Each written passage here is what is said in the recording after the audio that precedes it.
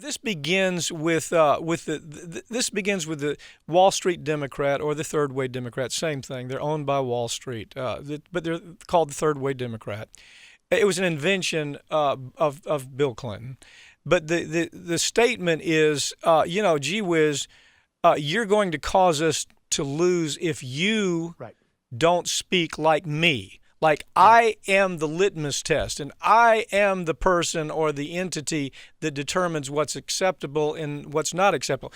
Really, that's the argument. You must agree with me, otherwise you're going to lose.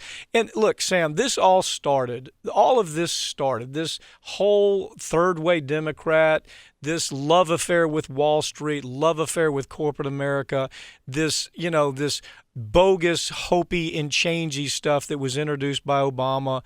All of this started with Bill Clinton. Bill Clinton right now is front and center because he can't keep his mouth shut.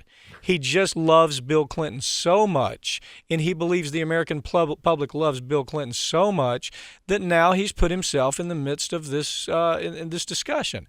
And, whether it is the confrontation with Black Lives Matter or his attempt to defend himself about his crime bill, about his welfare bill, it's good because we're seeing what the Bill Clinton legacy really might be. Right. Let's talk about, the super predator. Well, you know what super predator is? The super predators is this Princeton notion that it was coined in Princeton University.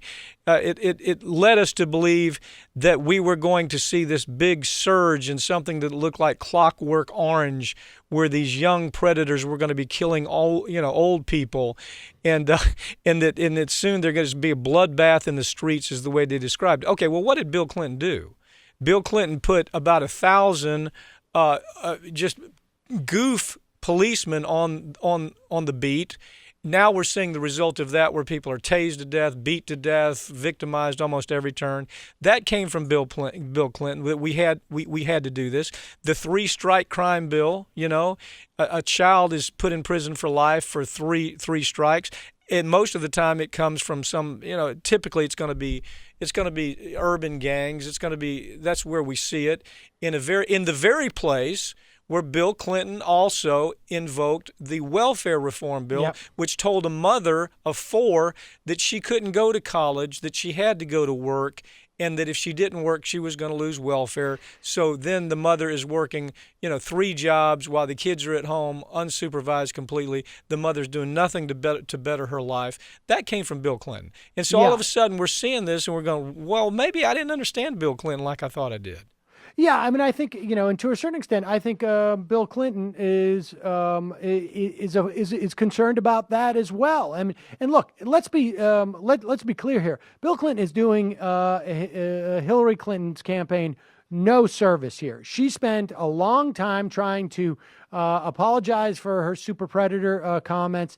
Bill Clinton unwinds that in about 10 seconds from that stage. And look, this is the dynamic that's playing out. When you see calls for Bernie Sanders to get out of the race, it's not because there's a concern that Bernie Sanders is going to hamper Hillary Clinton's chances in the general election. I mean, look, I think even the Republican Party at this point realizes they're looking at a disaster or a catastrophe. Those are their 2 choices. Hillary Clinton, if she's the nominee, she's going to be fine in the general. What I think the Democratic establishment is afraid of is exactly what Bill Clinton revealed that he was afraid of when he was on that stage yelling at the protesters. Which is shining a light on his friggin' crazy legacy. And not just his legacy, but where the third way Democrats have been.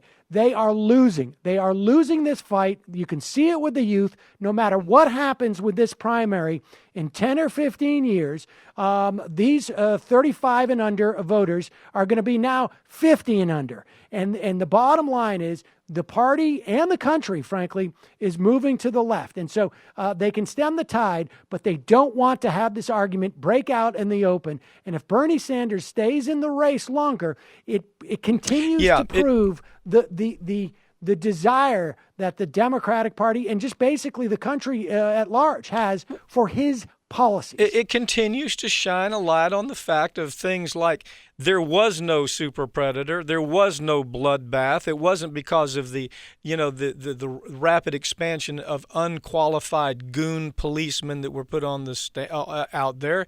Bill Clinton says, well, just look what I did. Poverty was at an all-time low. Yeah, it was an all-time low because there was a window bill where you allowed this bubble to take place that came down in the administration right after you. The bubble being the housing bubble. Everybody knew what was happening. The people who were surrounding Bill were talking about the potential housing bubble. Everybody knew it. So all of a sudden, the economy looked like it was great. Then we went through the tech bubble, and it was a fraud. We went through the housing bubble, and it was a fraud. But poverty looked like it wasn't there because of this scam that was taking place. And so but in the welfare reform, what happened was it was people who were trying to do better. They were trying to get an education. They were told, no, you got to go to work. You need 3 jobs, And when those jobs dried up, those people became the absolute extreme poor. And that's why we have the expansion of food stamps in this country. But, Pap, we're out of time. You're absolutely right. But we'll have to pick this up next week. Appreciate it. And we'll see what happens in New York. Thanks, Sam.